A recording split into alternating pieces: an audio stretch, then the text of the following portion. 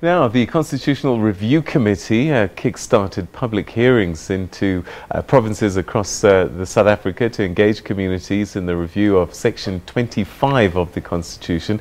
Among some of the challenges is the failure rate of land reform, is financing land reform, post-settlement support, and a lack of political will to form partnerships, a lack of skills transfer and good governance practices amongst the beneficiaries of land reform has been experienced in South Africa. Setou is Chief Executive of the Vumelana Advisory Fund, and let's chat to you. Thanks very much for joining us. Welcome to the program.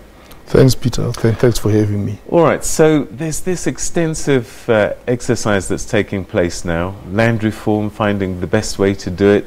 The President has talked about making sure that it happens in a way that doesn't compromise the economy. The Freedom Charter itself talks about restriction of land ownership on a racial basis shall be ended and all land redivided amongst those who work it. So it's not just a question of just getting land, but doing something with it. And this is kind of what you do, isn't it? Yeah, absolutely. This is where we come in as Vumelana Advisory Fund.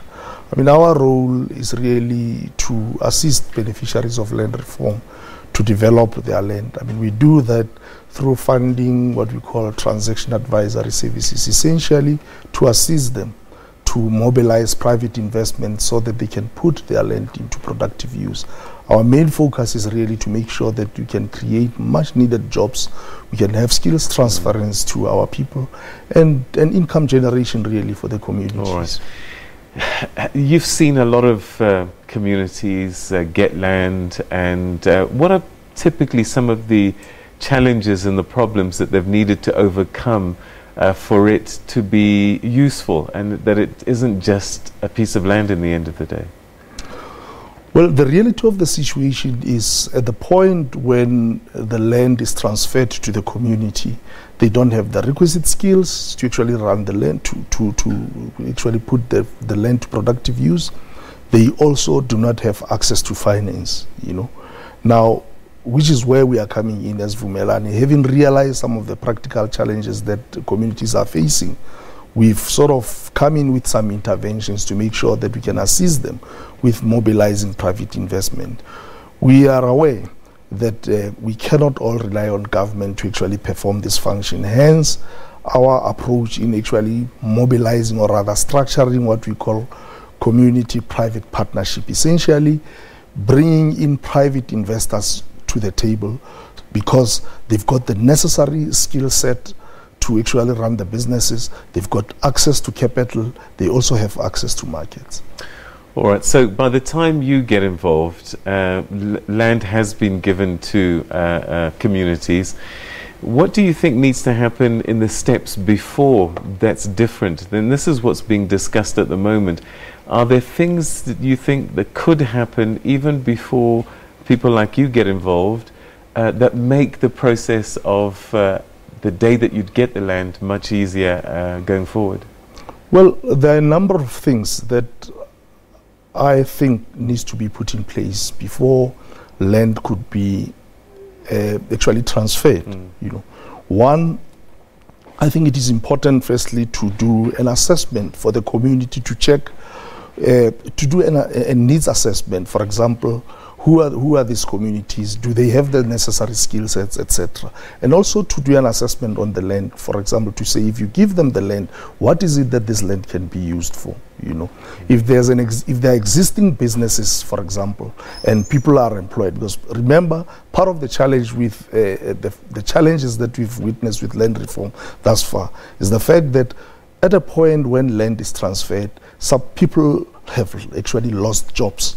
So to prevent that from happening, it is crucial that before the land is actually transferred, you put in mechanisms and arrangements to make sure that those businesses do not collapse, and ensure that you can actually save existing jobs and also bring in much needed investment so that you can actually broaden the horizon and ensure that you can create further jobs. If you had to attend these hearings and advise government and advise communities, what would you be telling them? I mean, you know, it does seem that we're 24 years down the line now. Something is not working because it's not moving as quickly as we would like. So what in your view could speed up this process, and do it in a way that everybody will be happy? Well, there are a number of things, once again, that could be done by way of urgent interventions that we could put in place to make sure that land reform actually is a success, you know. Perhaps as a starting point, one needs to indicate that we have to adopt a flexible approach and also have a diverse set of interventions if land reform is to be a success. To really focus just on the Constitution as a key impediment, or rather as the only issue that's impacting on the success or otherwise of land reform, we think is not necessarily the right way. You know, it's far from anything really diverting attention to the real issues that are really facing the communities out there, including success in land reform. Now, if I were just to list quite a few issues that I think if we were just to do that, land reform could actually be improved. One, we've already talked about, pre-settlement interventions, i.e. to make sure that at a point when you transfer the land, it doesn't go into disuse, people do not lose jobs. We need to do that exercise. Two, we need to make sure that we, post-settlement, we provide support to these communities through a number of initiatives and interventions. For example, we need to make sure that they've got the requisite skills. We need to make sure that they've got support, for example, extension support in the agricultural space. For example, they need to have, you know, access to water rights so that they can run their businesses profitably. They need to have access to finance, for example, and hence where we are actually emphasizing the need for private sector involvement to make sure that these projects do not actually fail. So that's post-settlement interventions that are required. And most importantly, one of the things that we have to continually focus on is the process itself. It tends to be tedious. We need to look at ways through which we can make, for example, the restitution process more efficient and effective. Currently, it takes longer. We are aware of some of the claims which were lodged about 20 years ago, and they haven't been resolved even as yet. So those are some of the issues that we need to address to say, how can we make the process more efficient?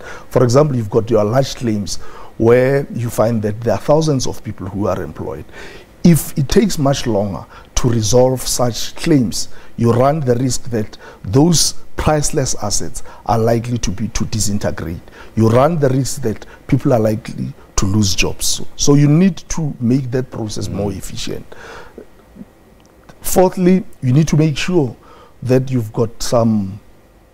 put in place measures to ensure that as and when there's conflict, for example, amongst the communities, because that does happen from time to time when you find that there's conflict amongst the communities. We need to make sure that we've got adequate and efficient dispute resolution mechanisms to ensure that we are able to intervene in a timely and efficient manner to make sure that the internal infightings amongst or intra-community infightings do not impact on this piece of land. And bringing in people with the requisite skills set into the equation. Mr. Setou, this is a subject I think we need to revisit again and again and again, particularly as this process unfolds. But thank you very much for coming in. Sadly, we've run out of time, but your insights have been invaluable. Thank you so much indeed. Thank you very much. All right, okay, we're going to leave the land question for the time being.